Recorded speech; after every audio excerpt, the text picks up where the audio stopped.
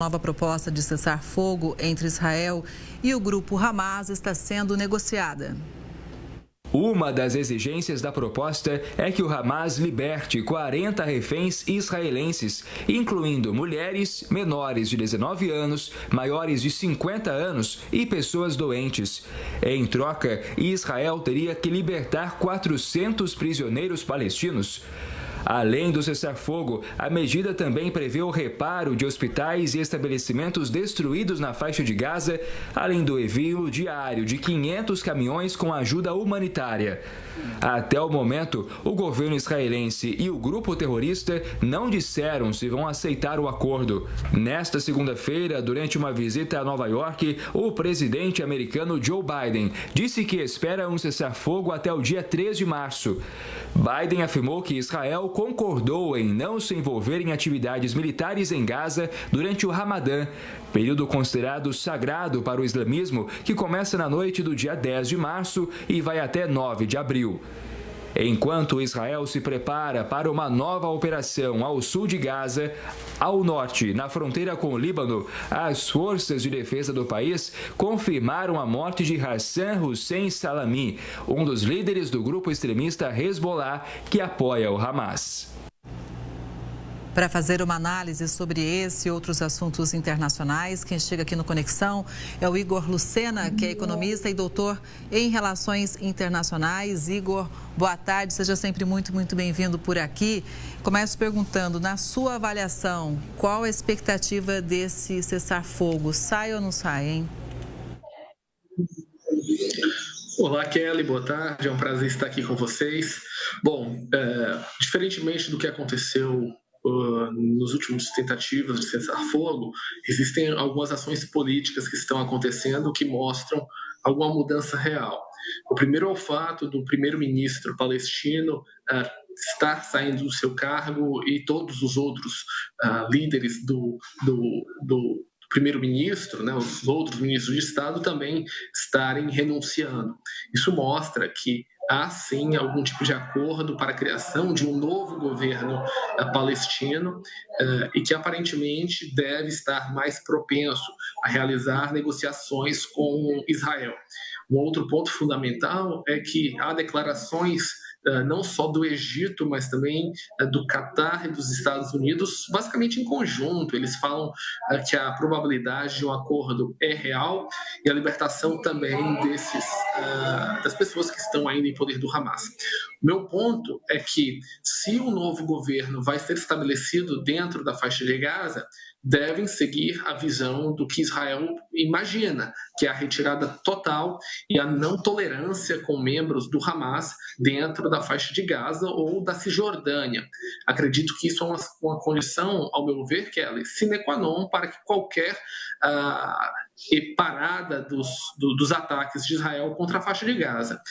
Você vê até mesmo que o Benjamin Netanyahu se mostra um pouco mais light nas suas palavras, e todos esses sinais podem parecer apenas um pouco suspeitos, mas na prática é um avanço nas negociações. Agora, se você me pergunta se de fato vai acabar conflito, acho que não. Acho que uma trégua pode existir e vai depender do controle do Hamas nos próximos dias, pode acontecer para que essa trégua se mantenha, pelo menos para a libertação de todos os sequestrados. E eu acho que esse é o objetivo principal de Israel nesse momento. É uma promessa, né, de Benjamin Netanyahu, trazer os reféns de volta para território israelense. Bom, uma outra notícia que eu acho que merece um grande destaque é em relação à Hungria, Igor, porque a Hungria aprovou nesta segunda-feira a entrada da Suécia na Organização do Tratado do Atlântico Norte, a OTAN. A aprovação era a última que faltava para a entrada oficial do país na organização militar. Depois de adiar a decisão por mais de 18 meses, então o parlamento húngaro aprovou aprovou com 188 votos a favor e só 6 contra, olha só. Agora é necessário uma assinatura presidencial da Hungria para endossar formalmente a candidatura sueca à OTAN, o que é esperado que aconteça já nos próximos dias. O primeiro-ministro sueco classificou a entrada oficial do país como um dia histórico. E o secretário-geral da OTAN ressaltou a força militar da Suécia, que será então o 32º membro do acordo militar. Como você vê essa entrada da Suécia para a Rússia? O que dificulta aí para Vladimir Putin, Igor? Kelly, acho que um dos pontos principais da invasão de Putin à Ucrânia era tentar conter a expansão militar da OTAN aos seus territórios, né? Esse foi um dos motivos que ele deu como o objetivo de manter as suas próprias fronteiras, a sua própria segurança.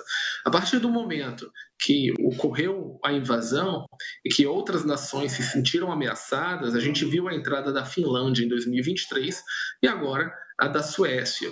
Isso mostra que, do ponto de vista estratégico, Vladimir Putin fez um grande erro, porque agora ele tem basicamente mais de 4.000 novos quilômetros de fronteiras com esses países. E todo o Mar Báltico, que até então tinha regiões suecas e finlandesas do ponto de vista de neutralidade, todo o Mar Báltico agora faz parte de quase que um mar da OTAN, porque todos os países que o circundam são países bloco. Então, na prática, o que está acontecendo é que a OTAN se tornou mais forte, mais unida. Se existem 2 erros, Kelly, que aconteceram nesse conflito, foi o primeiro. Vladimir acreditava que seu exército tinha uma capacidade muito mais forte, mais rápida para tentar tomar rapidamente a Ucrânia, e segundo, que a OTAN não teria esse avanço tão rápido de novos membros.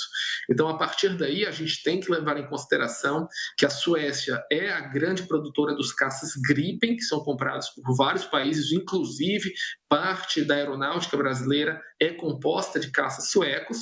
Isso mostra uma capacidade de avanço e de desenvolvimento de tecnologia militar muito mais forte daqui para frente. Do meu ponto de vista, a OTAN fica mais forte, é uma derrota para Vladimir Putin, e esse movimento vai fazer com que outros países queiram se juntar à OTAN. Então, quando a gente analisa, Kelly, hoje todas as organizações internacionais multilaterais, a gente está vendo o enfraquecimento da ONU, enfraquecimento da Organização Mundial do Comércio, críticas ao FMI, Banco Mundial, mas a organização que mais se fortalece do ponto de vista internacional é a OTAN. E isso é importante para a defesa do ambiente de todos os parceiros do mundo livre. E no meio de tudo isso, o presidente da França defende que o apoio para a Ucrânia deve sim continuar, principalmente porque a Rússia tem ampliado os ataques. A gente viu, inclusive na semana passada, um pouquinho antes da guerra completar 2 anos, isso aconteceu no último sábado, a Rússia realmente avançando, anunciando conquistas de alguns territórios, não é? Exatamente. É um ponto interessante porque o presidente Emmanuel Macron trouxe vários líderes da OTAN e da União Europeia para fazer uma clara de que nos próximos anos pode haver, ou irá haver, acho que é a melhor palavra, um ataque da Rússia em qualquer um dos países membros. Você coloca como militar ou tecnológico, mas um ataque irá ocorrer. Por isso, ele tem uma visão muito clara aumento dos gastos militares, passando dos 2% de investimentos, que é a chamada barreira mínima da OTAN, mas, ao mesmo tempo, a declaração de que todas as opções, inclusive colocar tropas da OTAN na Ucrânia, é uma situação complexa, porque aí você colocaria a OTAN dentro o próprio chanceler Olaf Scholz recusou isso, disse que não estaria na mesa, mas eu acho que faz parte um pouco do papel de morde-a-sopra. Eu acho que o presidente Macron foi eleito pelos ocidentais na Europa para ser a ponta de lança e criticar em fomento. Ele mesmo está fazendo acordos militares com a Armênia e provendo mais recursos financeiros para os países leste europeu, enquanto o Olaf Scholz recua um pouco mais e tenta ir pela diplomacia. Então, eu acho que isso faz parte de uma estratégia bem programada. Entretanto, reclamações do Kremlin, inclusive ameaçando de que se tropas da OTAN fossem para a Ucrânia, nós teríamos a Rússia invadindo ou retaliando países da OTAN, o que seria basicamente uma terceira guerra mundial. Então, na prática, o que nós assistimos hoje é a União Europeia, liderada pela França e Alemanha, se armando mais, até porque eles não poderão contar com a presidência de Donald Trump para defender o continente, caso isso ocorra no ano que vem, e, ao mesmo tempo, a visão clara de que a Rússia não vai parar na Ucrânia. Ou se para Vladimir Putin na Ucrânia a todo custo, ou a Moldávia ou outros países do leste europeu serão invadidos nos próximos anos com uma espécie de déjà vu do que nós vimos durante o período da Segunda Guerra Mundial. Pois é um período muito complicado, muito tenso. E, Igor, o presidente Lula viaja amanhã para a Guiana para discursar na cúpula que reúne líderes do Caribe. O encontro acontece em meio a uma crise entre a Guiana e a Venezuela, que ameaça anexar um território vizinho. A gente mostrou bastante isso aqui no Conexão. Bom, a organização existe há 51 anos e reúne 15 países. O bloco ocupa 7% dos assentos da ONU e 40% da Organização dos Estados Americanos. Na capital da Guiana, os moradores estão, claro, na expectativa de que o encontro ajude, então, a uma definição quanto ao território desse equívoco que passou a ser ameaçado lá em dezembro do ano passado. Nicolás Maduro disse que queria anexar a região, território com grande reserva de petróleo e gás. Segundo a Embaixada do Brasil, cerca de 15 mil brasileiros vivem na Guiana, a maioria em Essequibo. Mas muitos especialistas dizem que esse foi um discurso do Maduro mais interno, mirando as eleições, não é, Igor? Olha, discursos de ditadores, que os militares e a Venezuela tem um potencial militar, não podem ser usados. Eu acho que autoritários fazem o que for necessário, inclusive incursões militares em países próximos, se tem o objetivo de manter o poder no seu próprio país. Então, de uma maneira clara, eu não desprezaria as ameaças ao Maduro. Acho que o presidente Lula, que não aceita, já foi dito abertamente, e também com outros membros do governo Lula, de que Lula está insatisfeito e não toleraria uma invasão no continente americano. Acho que esse é um movimento que o presidente Lula tem que fazer para mostrar que o Brasil não só rechaçaria qualquer tipo de invasão, mas defenderia a sua própria fronteira, até porque seria necessário para Maduro passar pelo território brasileiro para invadir a região do Essequibo. Então, acho que é um momento que o presidente Lula tem que ser duro e defender a unidade territorial da América Latina. Caso contrário, isso pode colocar em xeque a nossa própria liderança no continente e abrir espaço, obviamente, para incursões militares de ingleses e americanos aqui para defender os interesses das empresas e também da própria Guiana, das empresas que estão lá no continente.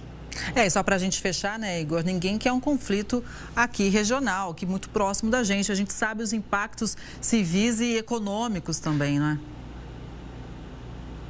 Exatamente, Kelly. Ninguém quer um conflito na América Latina. A América Latina está livre de conflitos desde, basicamente, das conquistas de independência dos países. A gente não tem disputas territoriais.